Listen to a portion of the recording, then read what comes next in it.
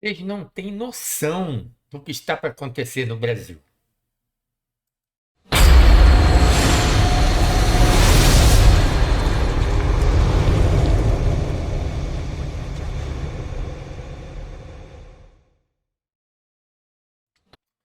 Pois é, vocês não têm noção do que está para acontecer. Mas eu vou te dizer uma coisa, rapaz, esse Flávio Dino, esse rocambole dos infernos, só faz merda. Cara, é totalmente sem noção, é um nível de ignorância que não tem cabimento. O cara quer tornar tudo em comunismo. Só que ele não está sabendo das consequências que acontece. Ele pensa que pode inventar uma lei no Brasil que pode blindar Alexandre de Moraes, né, das sanções, como se fosse uma coisa regional, ou não fosse uma coisa mundial. Então, isso tem consequências. Os bancos, com todos os negócios, todas as transações que tem internacionais, e o cara parece que endoidou. E além do mais, ele tomou assim decisão da cabeça dele, atropelou todo mundo né, na Suprema Corte e falou: vou dar suporte para Alexandre de Moraes e eu vou botar uma lei aqui que ninguém vai obedecer por causa da soberania. Mas a gente vai ver aqui quais são as consequências aqui. Só ajeitar o vídeo aqui para vocês verem o que vai acontecer com essa lei, né? Deixa eu botar aqui no começo. Vamos ver aqui, só um momentinho. Aqui ok, vamos ajustar o vídeo aqui. Olha aí. Olha o que vai acontecer. Lista do pessoal que vai embora. Segundo o estudo da Henley Partners, 1.200 milionários brasileiros devem ir embora daqui neste ano. Isso representa uma saída de 46 bilhões de reais em ativos, o maior êxodo da América Latina inteira. Na Colômbia e no México, eles vão perder mais ou menos uns 150 milionários, quase 10% do que o Brasil vai perder. Na Argentina do Javier Milei, nem 100 pessoas vão embora. E para onde estão indo os ricos? O maior destino é Miami, nos Estados Unidos. Mas tem outras cidades da Flórida também, além de Portugal, Panamá, Costa Rica e até Ilhas Cayman. E por que eles vão embora? Primeiro de tudo, pior segurança pública. 2. Ambiente político e fiscal incerto. 3. Carga tributária alta. 4. Busca por escolas melhores, saúde melhor e qualidade de vida superior. Quem pode, tá saindo do Brasil e levando consigo dinheiro, oportunidade e emprego. É a riqueza indo embora de mala e cuia. Pois é. Vamos entender isso melhor aqui. Sim, como aconteceu na Rússia, na Coreia do Norte. Gente, eu já vou gravar um Vamos ver aqui o que o Facchini fala sobre isso. Entender melhor. vídeo mais completo para explicar melhor isso para vocês. Mas em resumo, o Flávio Dino acabou de decidir que é proibido cumprir lei Magnitsky no Brasil. Ou seja, em questão de dias, o Brasil se tornará a Coreia do Norte. O que o Flávio Dino disse foi que constitui ofensa à soberania nacional que se cumpra no Brasil leis estrangeiras. Só que as empresas vão preferir 1000 vezes cumprir a lei Magnitsky do que a decisão do Flávio Dino. Então, não é só a questão das empresas, tem outras questões também. Lembra daquele acidente de Mariana? Pois é, o pessoal está sendo processado lá na Inglaterra. Então, se eles estão processando todo esse pessoal que causou isso lá na Inglaterra, se as leis, presta atenção, se as leis americanas não valem no Brasil, então as leis brasileiras não vão valer também lá na Europa. Certo? Então, todo esse processo que eles estão dando para 290 bilhões de dólares lá na Inglaterra, nesse processo, também não vai valer, porque as leis de lá não valem aqui, daqui não vale lá. Olha só o raciocínio. Essa é muito burro, né? o que vai acontecer é que empresas sérias sairão do Brasil. Empresas que preferirem cumprir a decisão do Flávio Dino sofrerão consequências da lei Magnitsky, ou seja, serão desligadas do sistema financeiro mundial. E com essa decisão do Flávio Dino, o Brasil como um todo pode sofrer efeitos da lei Magnitsky, ou seja, o Brasil pode ser desligado do sistema financeiro global. Sim, como aconteceu na Rússia, na Coreia do Norte, o Brasil pode ser desligado do sistema SWIFT, O Brasil não poderá mais fazer importações e exportações. Com essa decisão do comunista Flávio Dino, o Brasil vira literalmente um país comunista. Flávio Dino acaba de expulsar do Brasil indústrias, bancos, montadoras de veículos. Flávio Dino acaba de afundar o Brasil no precipício do comunismo. E o Senado Federal está avalizando isso, gente. Para fechar a decisão do Flávio Dino, ele diz que só o STF manda e pode decidir no Brasil. Gente, é inacreditável. O Alexandre de Moraes prendendo inocentes, Flávio Dino agora expulsando as empresas. Gente, o STF está acabando com o Brasil. E o Senado Federal assistindo de camarote. É grave, é gravíssimo o que está acontecendo. Com certeza, vamos ver mais aqui explicações aqui. Tem uma O primeiro explicação impacto desse- seria uma catástrofe desse- sanitária sem.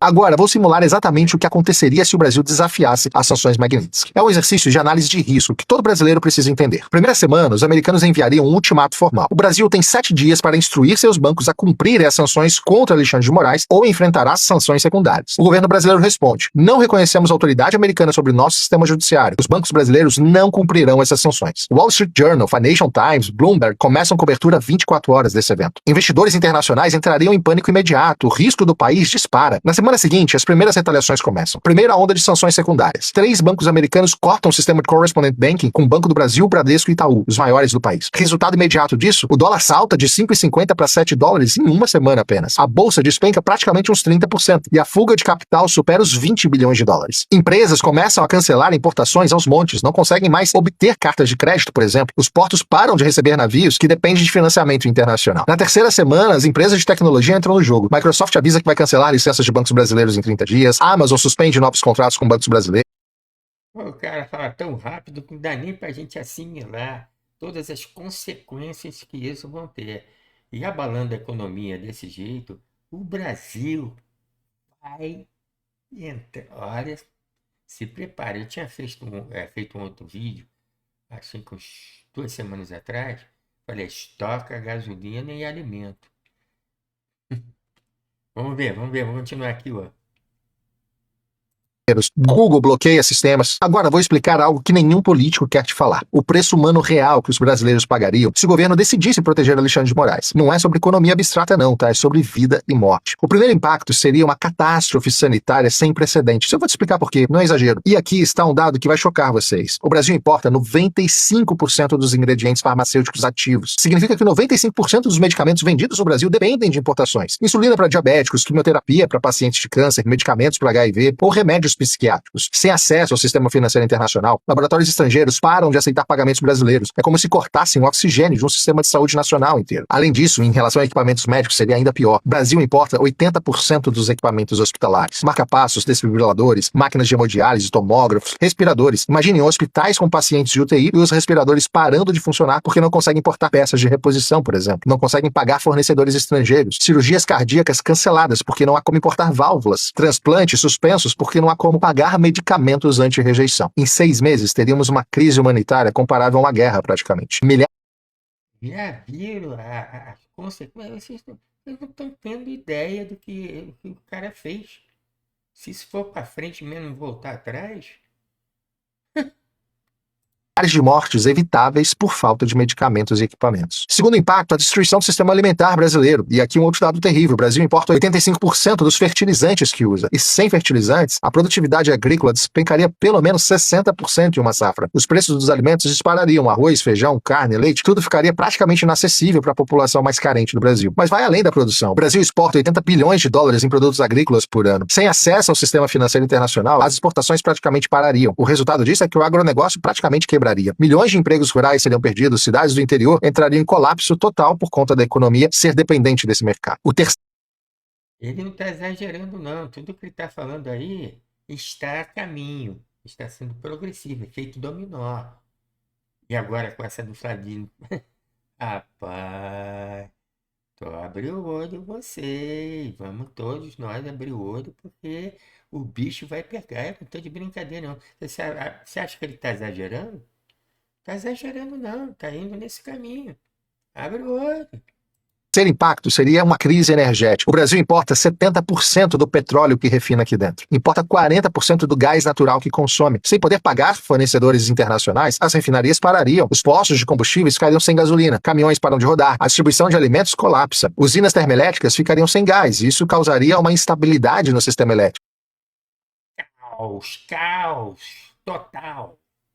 As indústrias param de produzir por falta de energia confiável dentro do país. É como se voltássemos lá no século XIX. Economia baseada em carvão e lenha, desenvolvimento de décadas perdido em meses. O quarto impacto é que o Brasil vira um país isolado tecnologicamente. Sem Google, sem Microsoft, sem Amazon, sem Apple. As universidades perdem acesso a jornais científicos, os pesquisadores ficam isolados da comunidade internacional. A medicina perde acesso a bases de dados médicas globais. Empresas perdem acesso a softwares internacionais e bancos ficam sem sistema de segurança atualizados. Fintechs param de funcionar e estudantes não conseguem usar plataformas educacionais internacionais. O Brasil vira um país academicamente isolado, como a Coreia do Norte é, por exemplo. E, obviamente, um outro impacto é o êxodo massivo da classe média alta. Qualquer brasileiro que tenha condições financeiras tentará sair do país. Médicos, engenheiros, cientistas, empresários, todos tentando emigrar antes que seja tarde demais. É como se o cérebro do país fosse sugado para fora. Universidades ficam sem professores qualificados, hospitais sem médicos especialistas, empresas sem executivos competentes para liderá-las. Em 2 anos, o Brasil perderia 30% de sua população mais qualificada. É um genocídio intelectual isso. O sexto impacto seria a destruição do sistema previdenciário. Imagina fundos de pensão brasileiros que têm 50% de investimentos em títulos estrangeiros. Com essas aplicações congeladas, aposentadorias poderiam parar de ser pagas. É como se roubassem décadas de contribuições previdenciárias e